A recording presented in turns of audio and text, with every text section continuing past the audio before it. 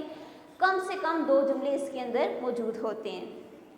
We use coordinating conjunction while making a compound sentence. بہت important point ہے یہ کہ ہم جب کمپاؤنڈ سینٹینس بنا رہے ہوتے ہیں تو اس کمپاؤنڈ سینٹینس کو بنانے کے لیے ہم coordinating conjunction کا استعمال کر رہے ہوتے ہیں. In simple words we can say that if we have a coordinating conjunction in the sentence we can say that we are facing a compound sentence. اسی کے ساتھ ہمارے پاس جو تھرڈ ٹائپ آتی ہے کمپلیکس سینٹینس. تو کمپلیکس سینٹینس کے characteristics میں ہمارے پاس پہلا پوائنٹ آتا ہے, a complex sentence consists of at least one independent and one or more dependent clauses. اب دیکھیں انڈیپینڈنٹ کلاس کیا ہوتا ہے ہمارے پاس, وہ جملہ جو پورا مطلب خود سے کنوے ہمارے پاس کر رہا ہوتا ہے, اور ڈیپینڈنٹ کلاس وہ جملے جو اپنا پورا مطلب خود سے نہیں دے رہے ہوتے. تو کمپلیکس سینٹینس بنانے کے لیے ہمارے پاس لازمی ہے کہ کم سے کم ایک جملہ ایسا ہو جو اپنی سینس خود سے کنوے کر رہا ہے, اور ایک یا ایک سے زیادہ جملے انکمپلیٹ سینس یعنی وہ جملے جو اپنا مطلب خود سے پورا نہیں کر سکتے اور ان کو اپنا مطلب پورا کرنے کے لیے کسی دوسرے جملے کی مدد کی ضرورت پڑتی ہے. آپ نے اب یہاں پر جو پوائنٹ نوٹ کرنا ہے وہ یہ ہے, subordinating conjunctions are use to make a complex sentence. کے کمپلیکس سینٹینس بنانے کے لیے سب آرڈینیٹنگ کنجنکشنز کا استعمال ہمیں کرنا پڑتا ہے. ایگزامپل ہم لیں گے یہاں پر, ہی از انہیپی, یہ انڈیپینڈنٹ کلاس ہے آپ کے پاس, because he has no family. Because آپ کے پاس سب آرڈینیٹنگ کنجنکشن ہے تو اس کا مطلب ہے کہ جو ریسٹ آف دا سینٹینس ہے وہ ہمارے پاس ملا کر ڈی سی یا ڈیپینڈنٹ کلاس بنا رہا ہے, اور اس سینٹینس کو جو ہم نام دیں گے وہ ہوگا کمپلیکس سینٹینس. اسی کے ساتھ میں ہمارا جو last type of sentence start ہوتی ہے وہ ہے کمپاؤنڈ کمپلیکس سینٹینس.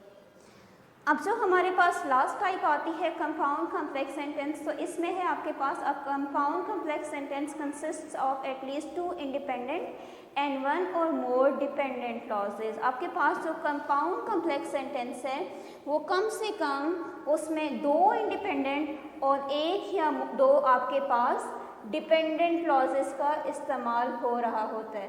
اور اس کو بنانے کے لیے ہم سب آرڈینیٹنگ کنجنکشن اور کو آرڈینیٹنگ کنجنکشنز دونوں کا استعمال کرتے ہیں, یعنی آپ کے پاس اس میں دونوں ٹائپس آف کنجنکشنز استعمال ہو رہی ہوتی ہیں. ایگزامپل ہم اس کے لیے لیں گے, he is rich yet he is unhappy because he has no family. اب یہ جو پورا سینٹینس ہے یہ آپ کے پاس کمپاؤنڈ کمپلیکس سینٹینس ہے. اس کے پارٹس اگر ہم دیکھیں تو ہی از ریچ آتا ہے ہمارے پاس آئی سی, یٹ ہے ہمارے پاس کوآرڈینیٹنگ کنجنکشن, کوآرڈینیٹنگ کنجنکشن آ گیا ہمارے پاس yet. He is unhappy again آتا ہے ہمارے پاس آئی سی, بیکاز ہے ہمارے پاس سب آرڈینیٹنگ کنجنکشن,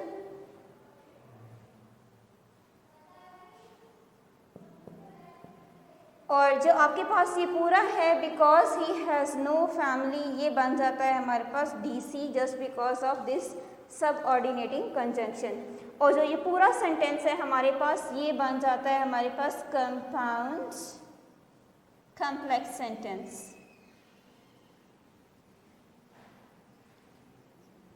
آپ کا جو آج کا لیکچر ہے وہ یہاں پر کمپلیٹ ہوتا ہے انگلش کا. اسی کے ساتھ میں ہم کل جو ہے اپنے نیکسٹ ٹاسک کی طرف موو کریں گے. آپ کا جو ہوم ٹاسک ہے آپ نے انہی چاروں ٹائپس کو نیٹلی اپنی کاپیز پر نوٹ ڈاؤن کرنا ہے, اور ساتھ میں at least 3 types of sentences آپ نے اس کے بنانے ہیں. کل ہم انشاءاللہ اپنے دوبارہ اگلے لیکچر کے لیے اپنی کلاس دوبارہ سے سٹارٹ کریں گے. تب تک کے لیے اللہ حافظ.